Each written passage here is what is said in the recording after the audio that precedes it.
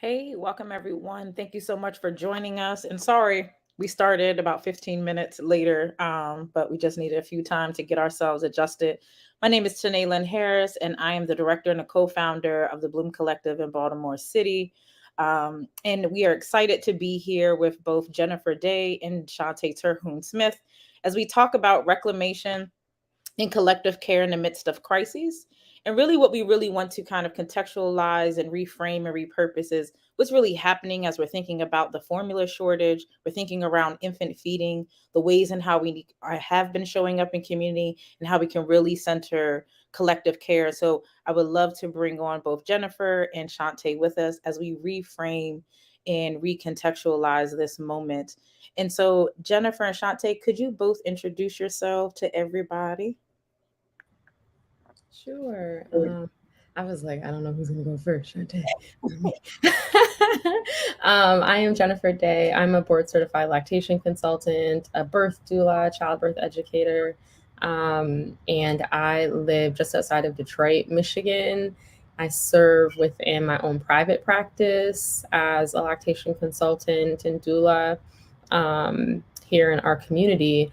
And I also am a co-founder of the Southeast Michigan IBCLCs of Color, which is all of the Black sisters doing lactation work here in our region, and also serve as community building manager with the Michigan Breastfeeding Network, where we center birth and breastfeeding justice work and serving alongside both geographic and identity organizations. I'm a mom, wife, and really a community servant here in the area. She does so well with her introductions. I'd be like. I'm Shantae Terhune Smith, and I am the owner of YOLO, which means you overcoming lactation obstacles. I'm a board certified lactation consultant as well, a birth doula, childbirth educator, health educator. Um, let's see. I do a few things. I have some new things that'll be on the horizon also. And I'm also one of the co-founders of Southeast Michigan IBCLCs of Color, which she so wonderfully introduced, so I don't have to. I'm also a wife and a mama of four little people running around out here. So, but thank you for having me. Yeah, thank you both. Um, oh, and here comes a little one coming and ask me a question. So, so we're really looking for this conversation to be live and interactive. Of course, there are tons. I won't say tons, but there's a good amount of folks who are doing amazing work in community, and we know that we are just three folks in here. And so, within that, you can please feel free to add anything in the chat, any comments or questions that you might have as we kind of go along to really reframe and recontextualize as we reclaim and really center collective care in the conversation. And so Jennifer and Shantae, and then I'll, chime in here and there. If we're really thinking about this particular moment, can you both frame for us what is currently going on in regards to the formula shortage and really help contextualize how we even got here in the first place? And y'all can both take yourselves off of mute. You can- Did you want to start, Shantae? So I think there are so many layers to how we got here from the standpoint of, I think folks have really, as this is like hitting hard, specifically us as Black and Indigenous folks right now, the current, like there's no formula on the shelves and this current crisis that is happening, but this isn't the beginning of this. This is long standing history of harm for community, and specifically those that have always leaned into our traditional practices of feeding our infants at our own bodies, breastfeeding, body feeding. And with that, it just shows how systemic this issue is, how deeply rooted dependency on an entire system that has taken and stolen away from us what's always been ours. Feeding our own children has always been ours since the beginning of time. In fact, Black breast milk fed the nation on period, as my teenager says. Um, so I think really holding space for uh, the conversation that this is something that artificial breast milk substitute heavy hitters around the world have really created this perfect storm um, of harm for us in our communities. So I'm hopeful that this just continues to shine and magnify a light on the system as the issue, and not like families and choices, because this is just so complex. Like there are families where this is what their choice is of breastfeeding, body feeding, or of formula feeding, and really holding space to how complex of an issue this is. But some of these hard conversations is, this isn't something that we did to ourselves. This is something that a whole system did to marginalize us and really steal from us what our identity has always been. Our identity has been that we provide for ourselves, we heal ourselves, we are able to just really care for our children in these ways. Our ways of being have always been collective care. And right now, these formula companies that have millions upon millions, billions of dollars, and come into our communities and say, you need us. And then now, sorry, we don't have what you need from us no more. This isn't the first time this has happened. It's not going to be the last time this has happened. So I'm going to come off of a soapbox for a moment and let my sister Shantae share her truth regarding it too. I'm gonna take a different approach too to how we got here, because I think everybody doesn't realize that this playing a part in it too, as far as the mom shaming part of it. Like how we got here is just us so used to it being this or that, and whatever the this or that is, we add each other because of the this and that. And so it's almost like we would rather put breastfeeding moms down instead of saying like how breastfeeding moms can help, even if your choice was formula feeding. So like if your baby doesn't have any food, this lactating mama over here might be like, here, take my baby's extra milk. Like I'm here to help lift you up, support your baby. Like your baby not gonna go hungry on my watch. And instead of us saying like, let's embrace that and let's all come together. Our country is so in a space where it don't matter what it is. Like I like blue crayons, you like red crayons. We gonna go at it. It's like, how are we here? It's no more sense of community, and we are so used to it that we just accept it and roll with it, and it's tearing down our families. And we would rather, like people out here, you would rather your kids starve or you do something that's not the safest option for your baby than us to do what we've been doing for thousands of years, and that's supporting each other in a way where whatever I have is yours, and we just so not there anymore. And it's so disheartening. And I think that's been the most draining thing about this, is like I don't feel like we should have to walk on eggshells on such a topic. And I feel like even as lactation professionals, like for us to say, I mean, I got formula in the corner over here, because I'm like, whatever your choice is, if I can find it or get it from another resource in order to support families, I'm going to get it and I'm going to give it to you. And the fact that that's not reciprocated back to lactating families is disheartening. So definitely, I just feel like we have to really check ourselves and our own hearts when it comes to what supporting families look like and what supporting each other looks like. Because even outside of us being professionals, just us being people, like our heart and where our hearts are right now. Yeah, thank you both for that.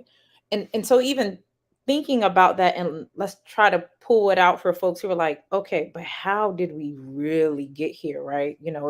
Like in this moment, like I hear you, but some folks like there's something missing. So can you give a little bit more of a contextualization? Like even if we're thinking of, let's say from enslavement into like the 1920s, formula companies even starting there, white feminist movement, and then even into what we're seeing right now. Can you kind of contextualize that a little bit for folks a bit?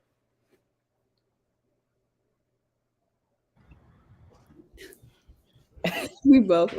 No, I was just gonna say too. I guess like we don't think about like how we looked at formula for like years now. Like it's more of like if you can purchase formula, like it's privilege. Like I can afford this. Like like how our grandparents or great grandparents might have looked at like I can afford this, and this means like, hey, we made it because I don't have to breastfeed, because we looked at breastfeeding as like this chore of something to do.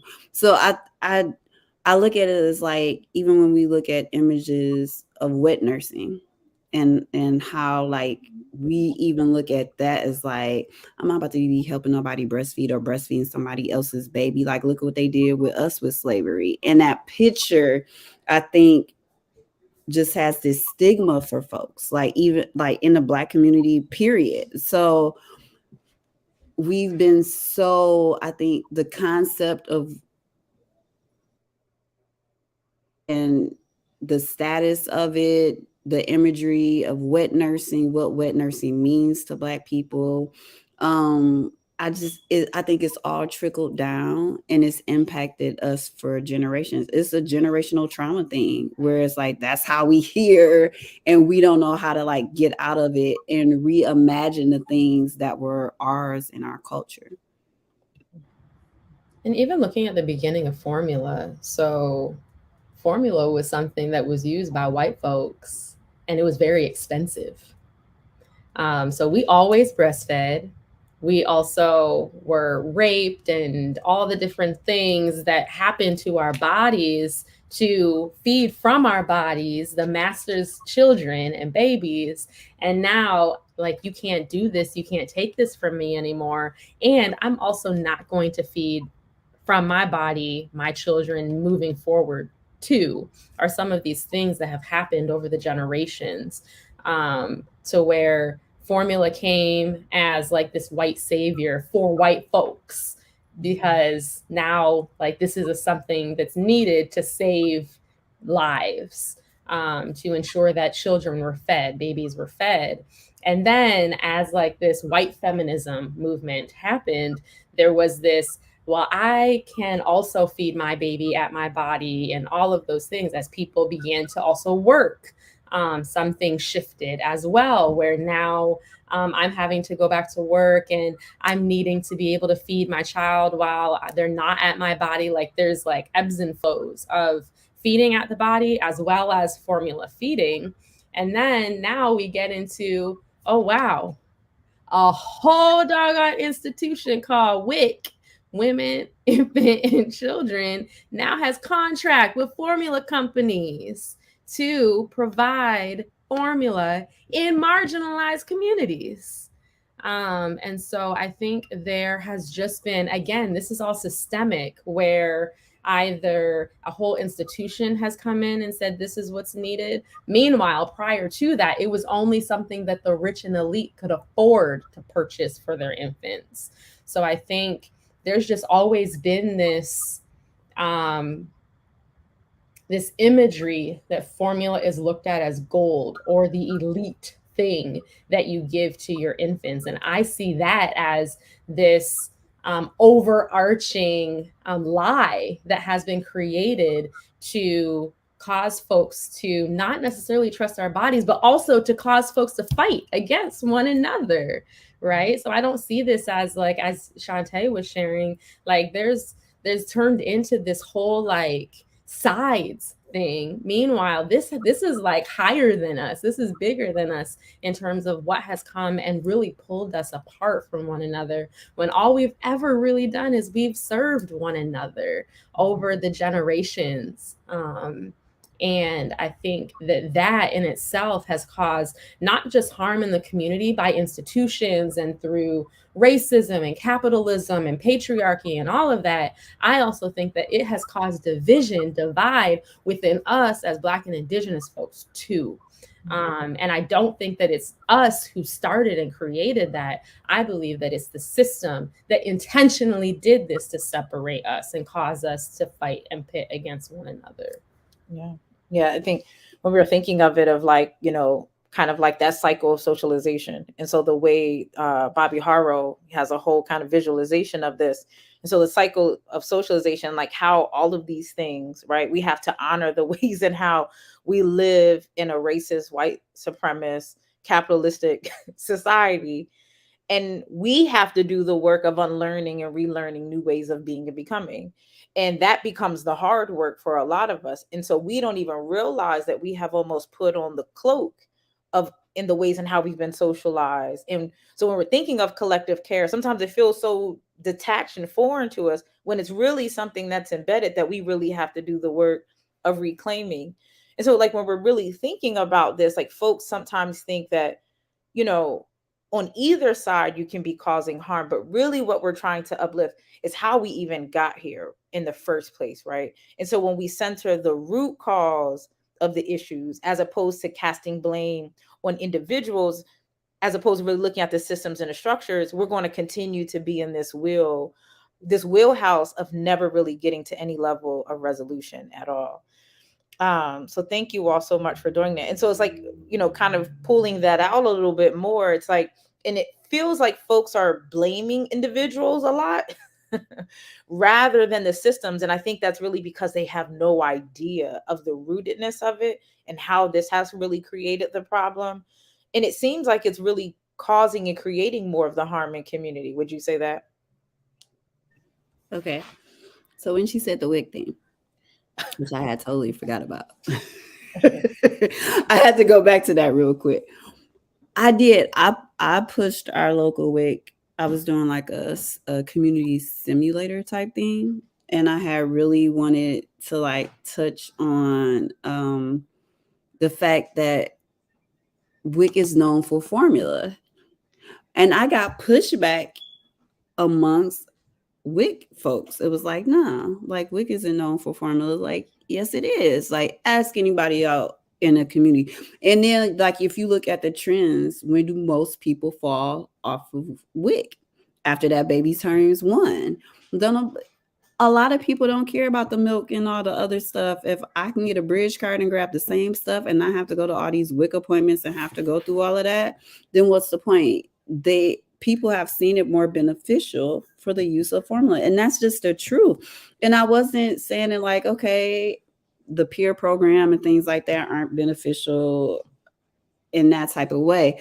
But you have to think at the forefront of everything. People know you as a formula company, and to admit and own that. And then who's the people who are recipients of formula through WIC? Your people who have your disparities for breastfeeding. And you can say, well, we got the peer counselor program. It's cool, but then you also got formula right here in the same sense. And I know for some mamas, just knowing like even if you partially breastfeeding, but you know that milk is an option, you might end up being less than partial and going full formula. So it's like I compare it to birth. Like I say labor at home as long as possible, because what if you go to the hospital and your goal was a non-medicated birth and you know it's there, you're more likely to use it.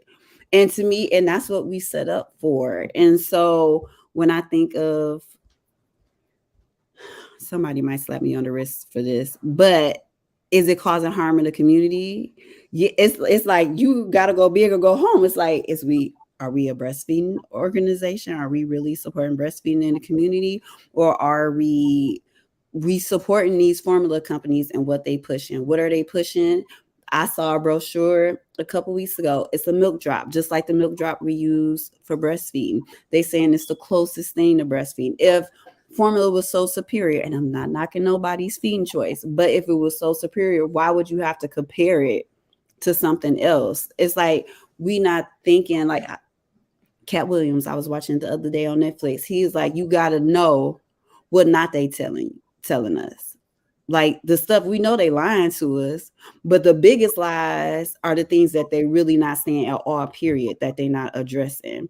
So it's so many things behind the scenes. I'm not like full-blown conspiracy theorist, but if you think about it, all the things that we don't know or that we not talking about, those are the things that are harming us even more. But that's like my own little weird soapbox. So I mean, it's the truth.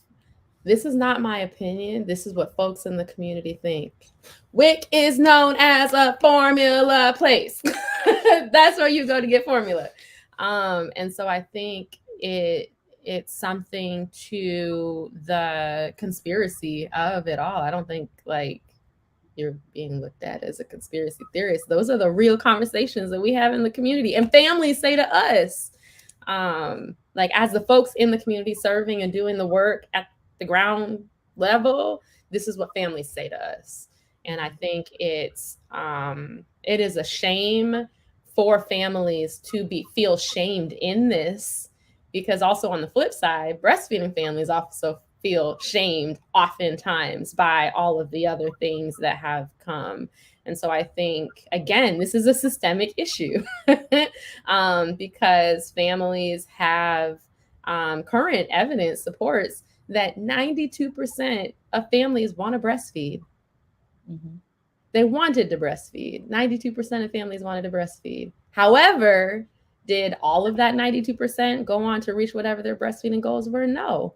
And I think that there are a lot, like multi layers that impact that capacity or their goal shifting or whatever. And those are their individual decisions and choices. But what I'm passionate about, and I feel like folks that are in the community experiencing the harm that families are experiencing and all of that, the system getting with the program is what can help more families reach whatever their goals originally were to get closer to that 92% that continues to go ahead and reach whatever their goals were. So there is that. And as you were talking, Shantae, something came to mind and I forgot my thought. So I'll come back to it in a minute. But I was like, that right there. So let me think on that as we move forward today. Can you kind of paint a picture a bit for folks of, let's just say in the hospital setting, what is happening in the hospital setting where I think it's the subtleness that people don't realize it's pushing formula and bottles. Can you talk about what families are seeing in the hospital setting that is oftentimes bombarding them with this idea that instead of them breastfeeding, they should formula feed, particularly because they're hearing it from their doctors and pediatricians, which would you say it's fair to say, I have said maybe about 2 to 3% of doctors, the old guard, I think nowadays, if you go to medical school, you're learning a little bit more about lactation, but maybe only about 2 to 3% of doctors learn anything about lactation or have any deep understanding, including pediatricians? Okay. She probably not like Shantae in the hospital setting right now. I will say this for the hospital setting that I'm in, which this is something that I actually feel is one of the dopest things that they doing right now. The pediatric program has electives, and one of the electives is breastfeeding. And the residents will actually shadow lactation for 2 weeks. I think that's dope because for them, when you do your rotation for nursery, NICU, peds, other things, like you actually seeing like you considering that aspect because you actually got to like shadow lactation for 2 weeks full out. They learn how to use breast pumps. They learning about like, hey, like, is this really a supply issue? All of those things, to me, that's dope.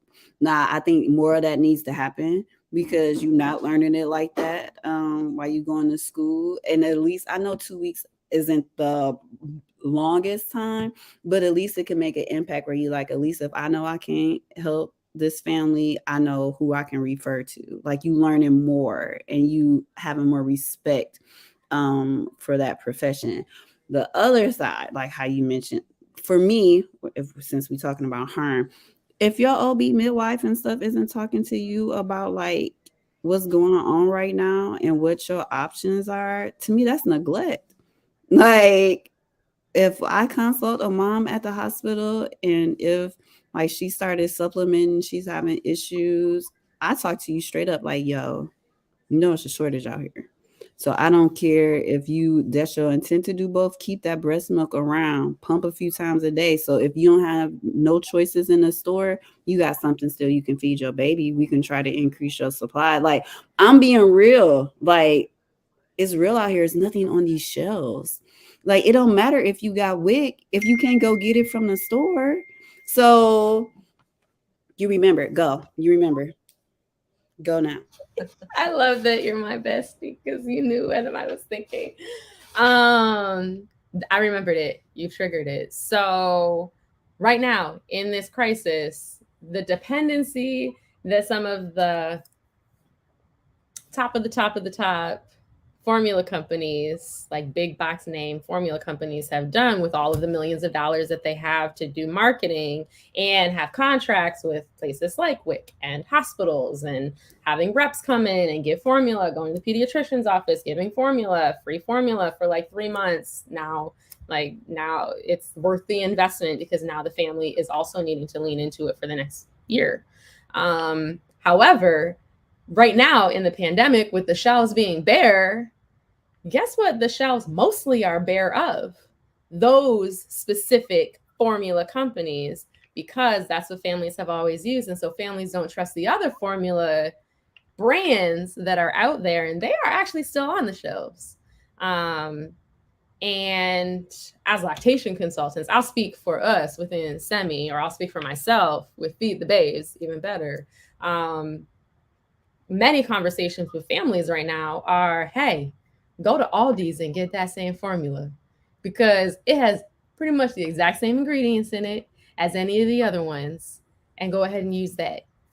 Here in my office, I have like 20 different formulas, and they're all no-name brands so that families have, and it's the equivalent of a lot of like the specialty allergy related, sensitive related. Those are the ones that Abbott took off of the shelves based upon their voluntary recall. However, when you look at the bigger picture of it, they've created this monster where families are dependent upon that's Coke and that's Pepsi. I ain't using no Rockin' Red. And so I think it's a matter of perspective when you look at, again, what the system has created to cause harm in the community. I don't know if folks remember at the beginning of the pandemic, what else was the shelves bare from? Toilet paper, right? There was no TP nowhere. But you could sometimes find like dollar store brand toilet paper on the shelves, but nobody wanted to use dollar store toilet paper. So I think like it's also just looking at the bigger picture of it all. Thank you for that, Jen and Shante. And I think one of the things that folks also do not fully realize are the specific tactics in the hospital settings that happen to families. Can you highlight that a little bit? So definitely your bag when you go home. Like I could be like, look, I'm breastfeeding and I know my bag when I went home had formula in it. Like that's the setup in itself. The coupons in your bag. Like it's enticing because let you mess around and have a bad day breastfeeding. Or just the fact of any little thing that we perceive like this is not a problem. And then it's instantly supplementation that happens. Everything is supplement. The answer is supplementation. Instead of us saying like, could we get you hand expressing? Could you spoon feed the baby? Could we syringe feed? Could we so like no other? Could we get you pumping? Other options that could have been taken before deciding the bottle is the answer. And I'm one of those, I will try any and everything, not unless a blood sugar tanking or it's something else. If we can try to make sure if your goal is to exclusively breastfeed, I'm going to try to make sure it happens. Like, so definitely I feel like the indication for supplementation is overused. Saying that the doctor prescribed it, you can call and you can talk a doctor into being like, okay, yeah, maybe supplementation is the right thing. Or you seeing that it's checked off, it was mother's choice. Was it really mother's choice? And so those mamas who really want to do it, and then I'm just gonna put it all the way out there.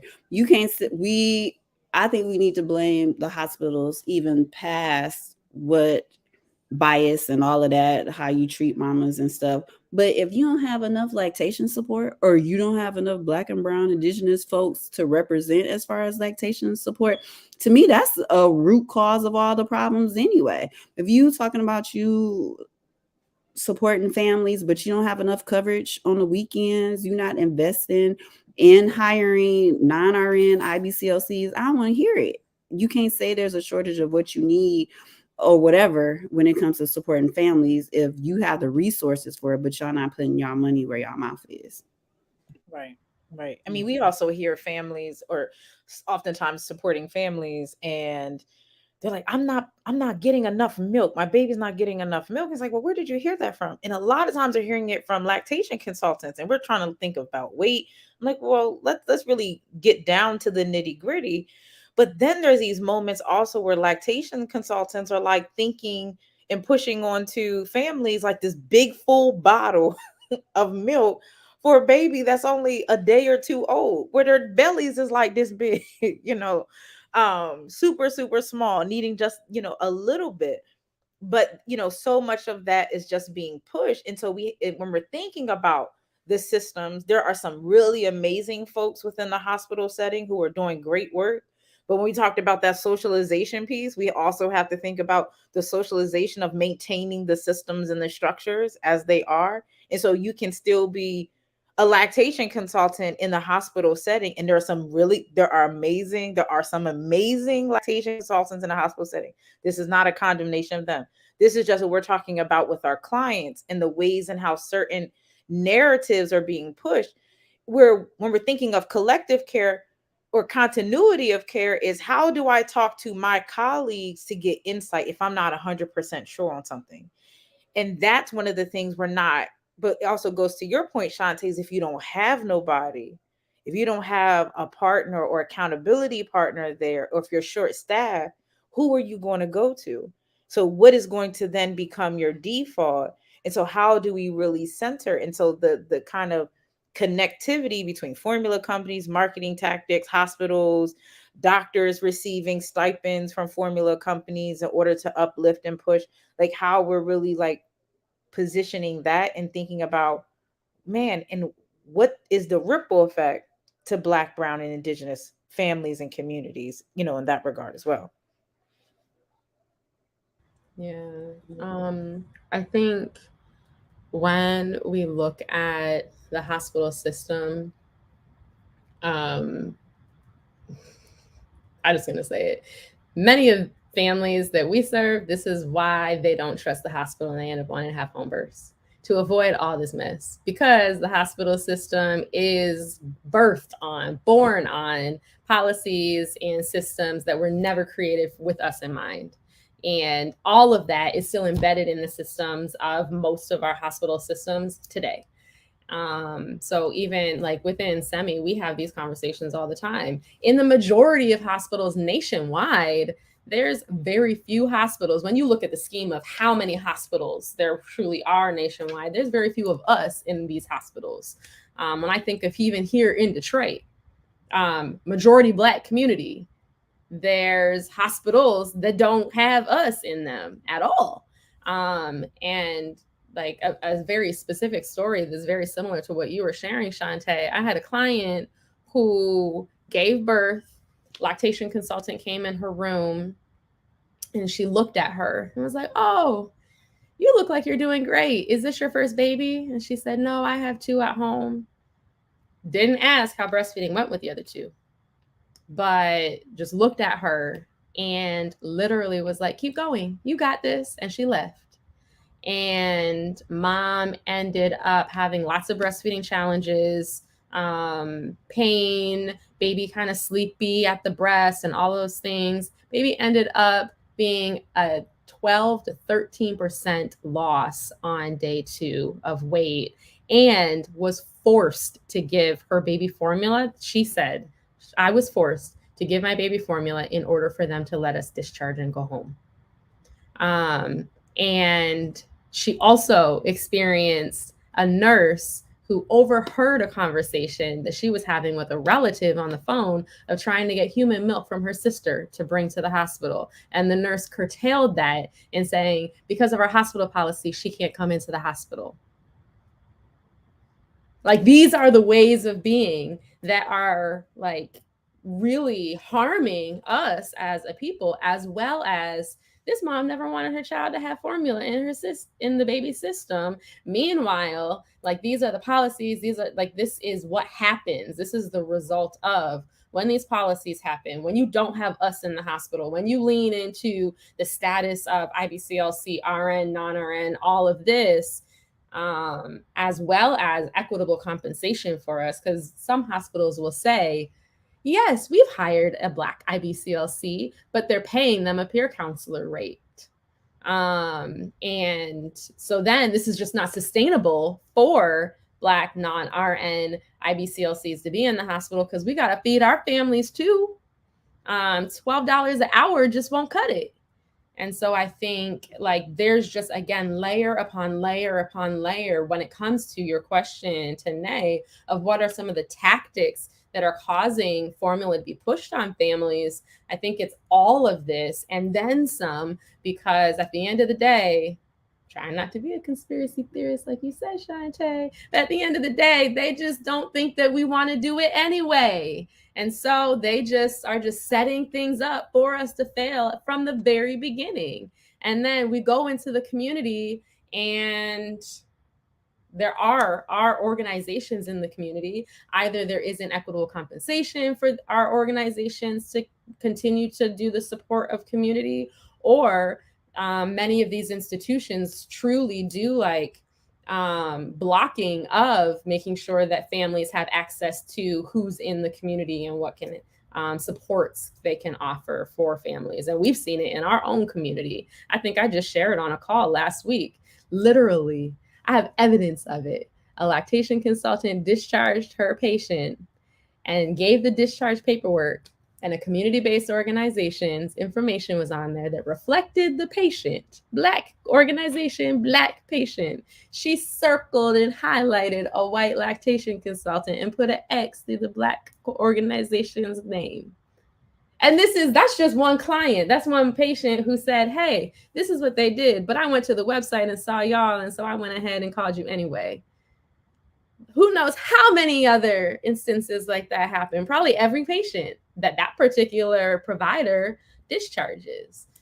So I think the implicit bias and the racism and all of that type of mess in the institutions where we are giving birth, and then now we are experiencing this massive level of harm, how that impacts us. Since we talked about reclamation, let's also repurpose these moments. Like, is it conspiracy theory? And I think we also have to kind of get to the point of how historically that has been used to kind of condemn people who are using critical thinking, right? Who are really like saying, this is what I'm seeing.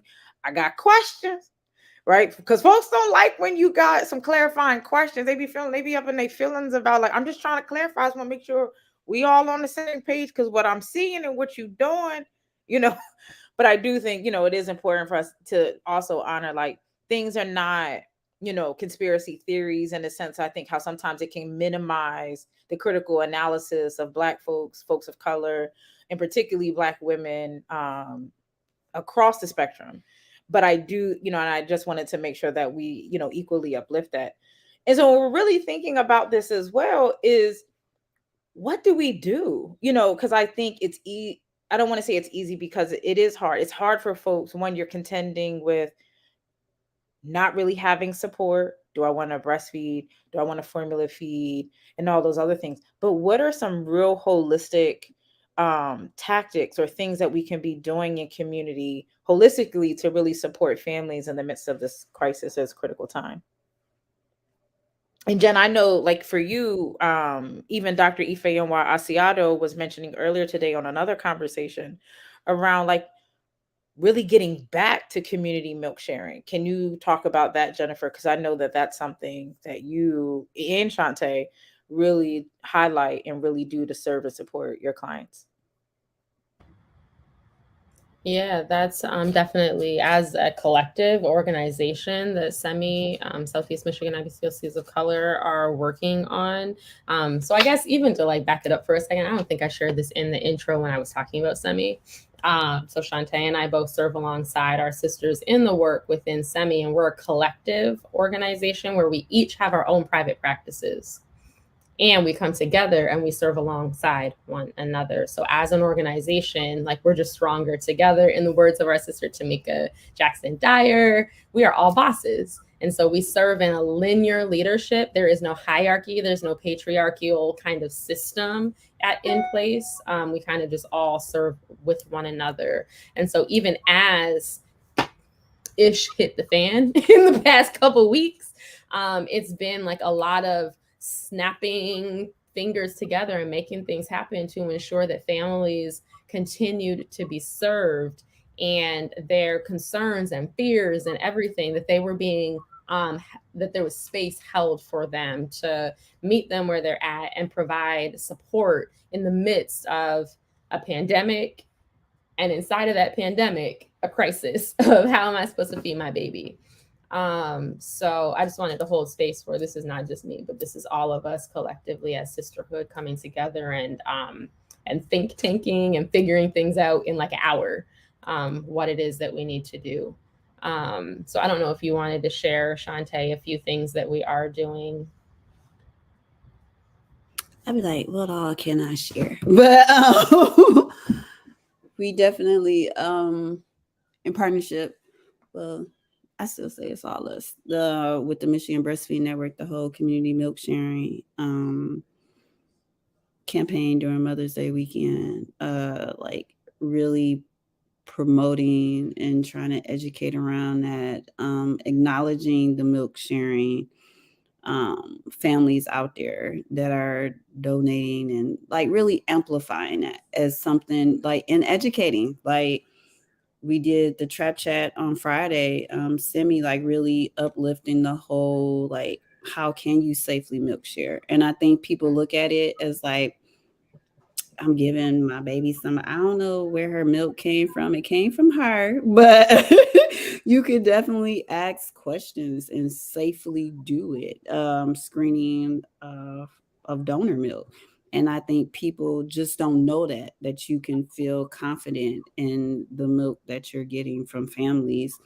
And just restoring that is something that can be done. And I know Tamika always says this, like, we can drink milk from a cow, and like, it's milk is species specific, and we're the only ones that are really like side-eyeing the process. And to me, that's the most holistic thing we can do right now in this situation. Is like, to me, when all else fails and you like, if it comes down to this homemade recipe, or you getting your cousin Riri's breast milk, I'd rather you get Riri's breast milk. So just really educating families, I think that's the core of what we're trying to do. And I will say also with Semi, with the whole mama's mobile milk, like, using that aspect is like, so hey, if you can't get the milk, like, Semi, the volunteers, like, transporting that milk to families, that being a resource as well. And so I think really just amplifying, like, how we can holistically help each other with what we have. I think that's really important. Yeah. It's Yeah. really like almost like a pipeline of collective care and support that I think it's like, if we're talking about like the interdependence, right? Like food security within our own community, like it feels like that, like no one could really take that away. And I think if we really think of a more liberatory framing on it, I think it's easy to say folks are shaming me for formula feeding when a lot of us are saying, one, this is super nutritious for you and your baby, and on top of it, can no one take it away? And particularly, that's why we do the work that we do in community, to be extremely intentional of that. Like, this is a liberatory framing that we're having. Like, one, like the nutrients, the the vitamins, all those things that's in it, And we want to really center that. And I get, the ways and how the systems and the structures and the narratives and the marketing have been used to break us apart. And I think we really have to listen to one another. It's like we honor the ways that our ancestors and our elders utilize homemade, formulas to make a way out of no way when they had absolutely nothing. And yet, honoring that fact, we're also honoring the ways that we know it causes severe damage and harm to your body. And it might not be instantaneous. You might see a growing baby. You might not know that there's organ damage. You might not see it into your 40, 50, 60, or 70. And I think that that's a harder thing because folks are like, no, right, it's the right now that I'm looking for. We can talk about what could happen years from now, but my baby needs food now. And I get that. And we're holding, when we're thinking of collective care, we're holding all of these truths all at the same time simultaneously, which is also why we try not to have larger conversations where people are like, oh, you need to be responsive and you need to be on social media writing a post every day. Well, we ain't got no marketing teams and communication teams to be doing that. Like we all are working off of very, very small budgets to support everyday people in everyday life. Like text messages 5 o'clock in the morning, text messages midnight of like, how do I? And we're trying to also like train people and all of that. But I just wanted, as we're thinking about that piece of collective care that I don't think folks are really understanding or acknowledging, that it's like we're holding so much of the both and. We're not even saying that it's either or, and we understand it. And we also want to provide you, when we're thinking from a more liberatory collective care and reclamation vantage point, what are the other tools that are out there? Like what is our internal communal underground railroad of working together to support each other, providing information and insight and resources, you know, that we're really trying to think through.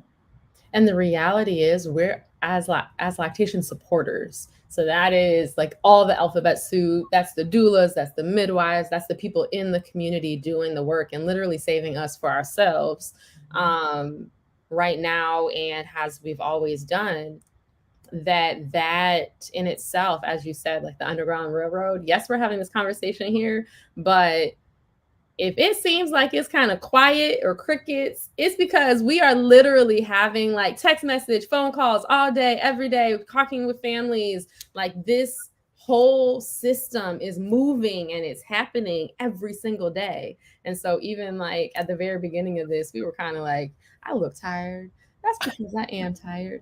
This is heavy. I need a vacation. I need to sleep. Just give me 8 solid hours of some sleep, because we are literally on go at all times. And I really feel like there is no end to it that's foreseeable either, because this is just what it means to serve in community in the midst of crisis. So even if we were to kind of unpack, and we can like real quick unpack it if possible, even community milk sharing, that might be like a newer term for some people, because what people oftentimes hear is, if I am going to give something besides my own body's milk, my own breast milk, then I have to give formula. And if I don't give formula, I mean, don't they only have donor milk in the hospital for NICU babies? And don't they barely even have that for NICU babies? The reality is that access from a donor milk bank is just not necessarily accessible for our people. It's either inaccessible through like the policies embedded in the system. It's inaccessible because it's just not affordable for us. Stemming from, in our community, we only have one milk bank in our state. And you can either get it they range between $8 and $32 an ounce of milk. And so looking at the donor milk bank system, but what through evidence-based practice, the approach has always taken is that's the only safe way that you can get human milk. And I think that for families in the community, okay, well, if that's the only safe way, then that means nothing else is safe when it comes to somebody else's milk besides my own body's milk for my baby. And so then you also have the term of informal milk sharing. That term informal makes it seem like it's not good. This is informal. This is second rate. This is something that like is not the way that you should do it, or is not preferred option. So I'm sure formula is better than informal something. And so I also think just even some of the terms that systems have put in place to make it sound second rate or not what we've always done in that collective community kind of sense. What we've always done is we've gone to the neighbor and been like, hey, my baby's still crying. I think I'm empty. I don't have any more milk. Can you help me? And like feeding the baby at the body, in fact. However, community milk sharing truly is like community, it's system, it's sisterhood, it's liberation. This is the reclamation side of how we've always done things and how we can not be dependent on a system, but we can depend on our community. And so really leaning into that framing can help to reduce the harm and shift the narrative of what we've always done since the beginning in terms of serving in community alongside one another. Right. And I was even thinking when you were talking about, or when you were mentioning, like, being tired, just thinking of this moment, like this is it's almost an ongoing crisis, but we're seeing it even more so because it's like this formula shortage, and it's very real and it's impacting. Like we are seeing babies going into hospital. We're seeing folks, which has always been a thing, folks diluting formula, not necessarily preparing the baby's bottle to the ways that it really needs to be, like boiling the water, and all of those other things. But then the societal issues of the compounding things of what it means to be Black and brown folks, indigenous folks within the society, of like, this crisis is going on. We dealing with Buffalo. Then we dealing with homelessness, every type of health inequity, disparity, all of these other like traumas that are constantly hitting us. COVID. Oh, and COVID. The dang old Rona that just here lingering, just showing up like, child Rona, you got to go. You got to go. Even in Shantae's community, she's in Flint. I don't know if you shared that in your intro. Flint water crisis. Shantae's the only Black IBCLC in all of the city of Flint. And so if like the when we talk about like formula preparation and all of that, there ain't even clean water. How you supposed to feed the baby formula? Water. No clean water. So it's all of these things like hitting and trying to hold space for so much of the ands. Not the either ors, the ands, right? And we're like, how do we navigate, and having to honor that folks also need to rest. Like folks need to be nourished, they need to be taken care of in order for us to do this work in community. So like these demands that people who are doing the work in community have to be responsive in the ways that you think in time. Like people don't have to broadcast what they're doing.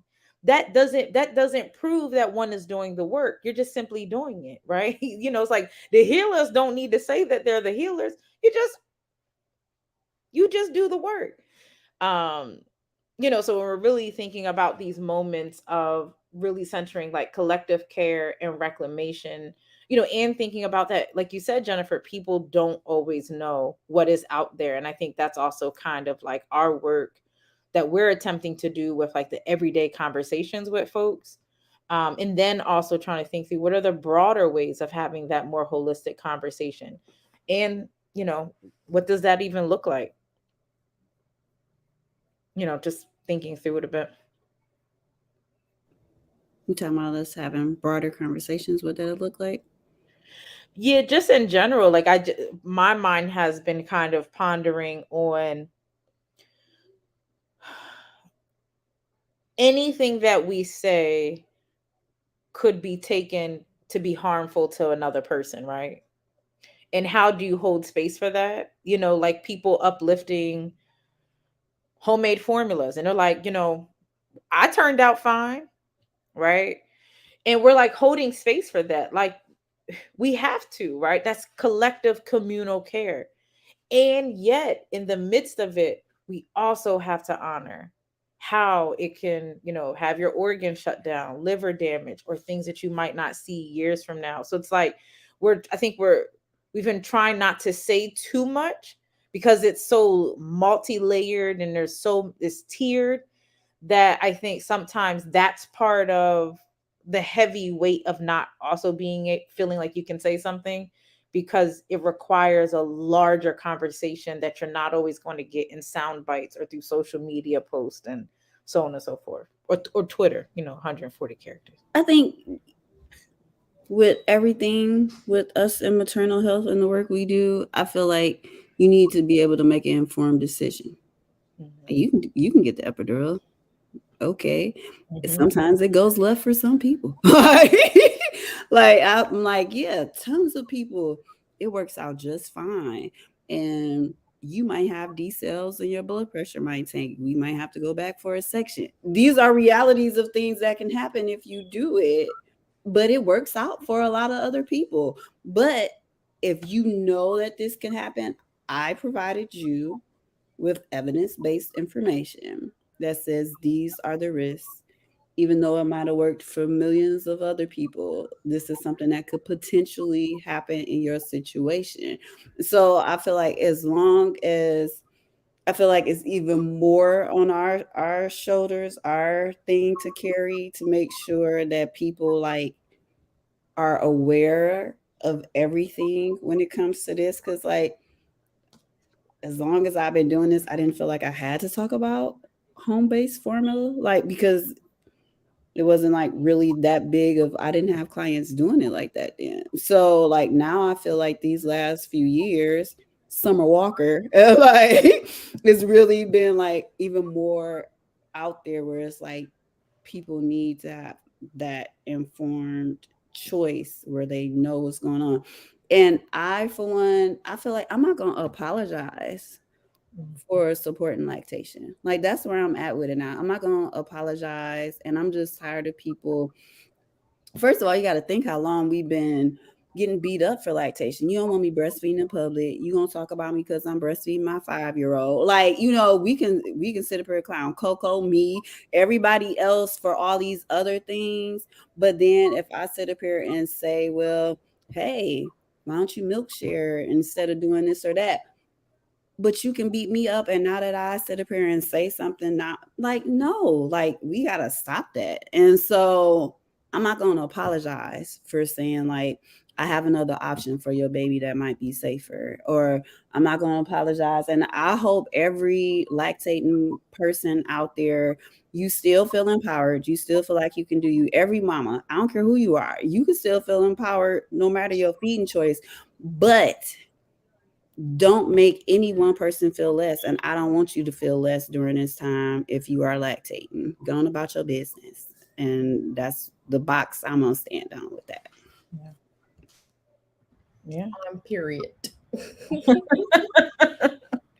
If I can also just mention, I think you were sharing, Tanae, the like how we always come together and just do the work and create, and my mind immediately went to, I think Shantae and I were like eyeing one another because there's some different programs that we work and we build and we do.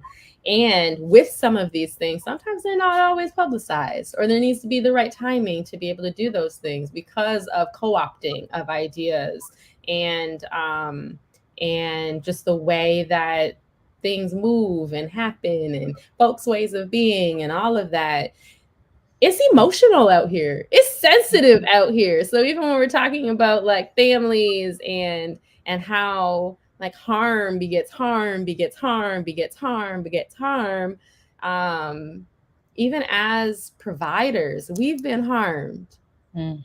We are shamed for the way and the stands that we take. Now, and we are like centered in community, and we are centered in justice for our people. But we also still get attacked and harmed. I mean, like, I'm pretty sure every single one of us done gone to bed crying over something in this field of work. That's emotional and draining and is killing us. Talk about weathering and allostatic load and all of that. Mhm. So I think also just honoring and holding space for trust. If Mhm. we say that there's an issue, or if we say, I have a solution, but I can't talk to you about it, just send me the family and we're going to take care of the family.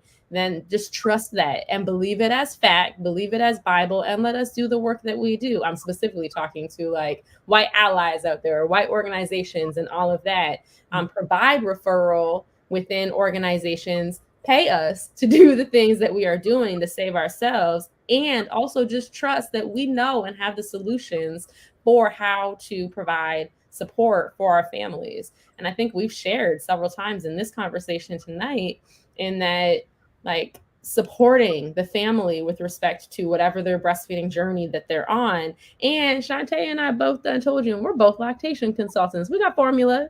We be raiding the shelves to be able to get it to our families. It's just not sitting here and collecting dust. This is formula from the past 2 days being collected, and then it's going to probably be gone in the next week.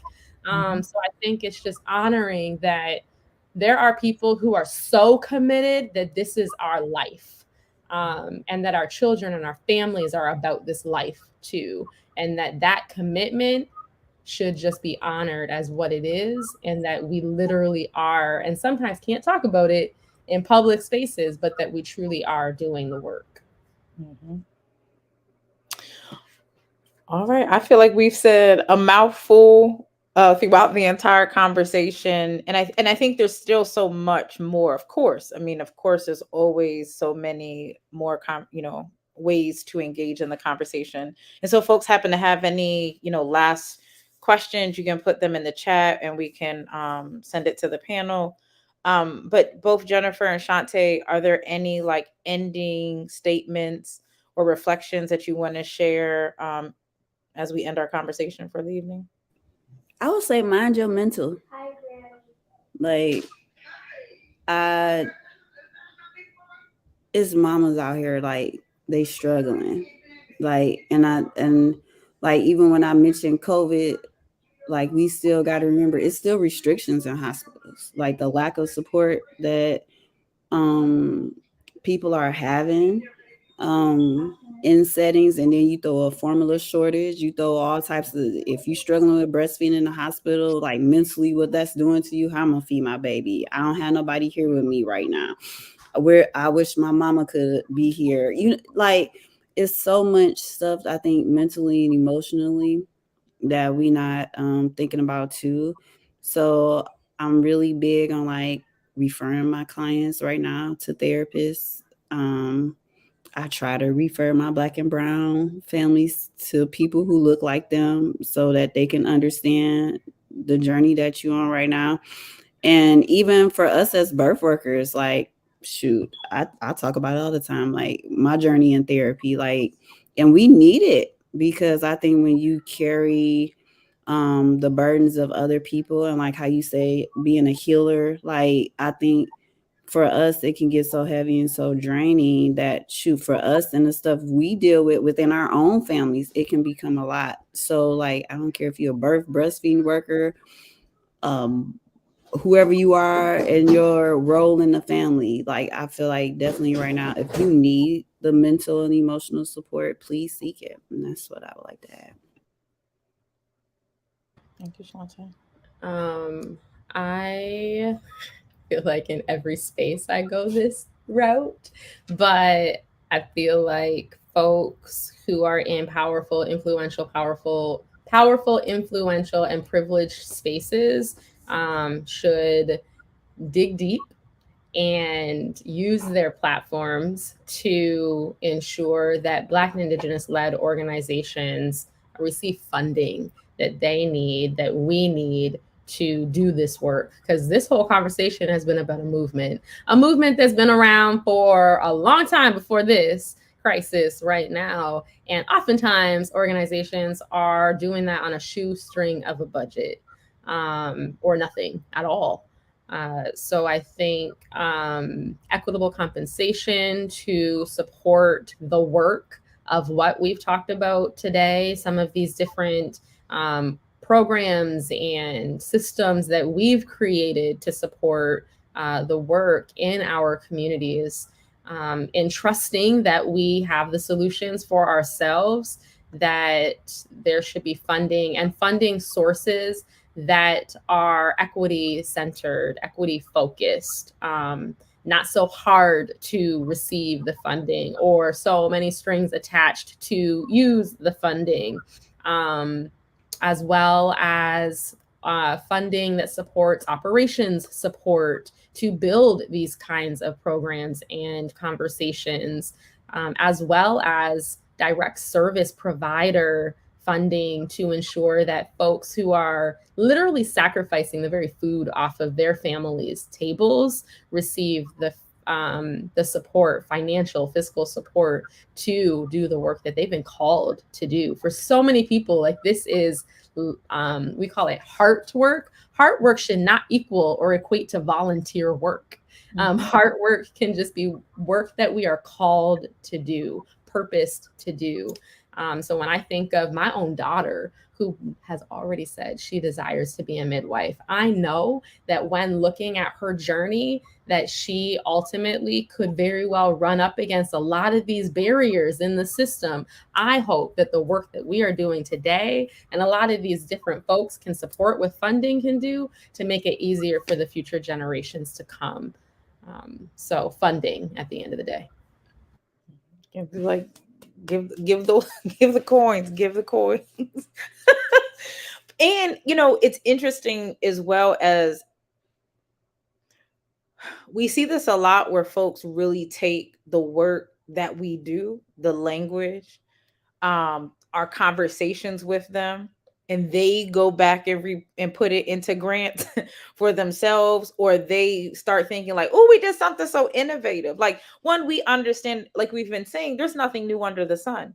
Everything that we are centering is literally tapping into like that higher sense and purpose, the linear, all of those things, the Ubuntu, the Sankofa, all of these things kind of coming back and really reclaiming it is really what it is that we're really trying to bring forth. And then folks then take it, but you cannot do what we do and how we do it in community.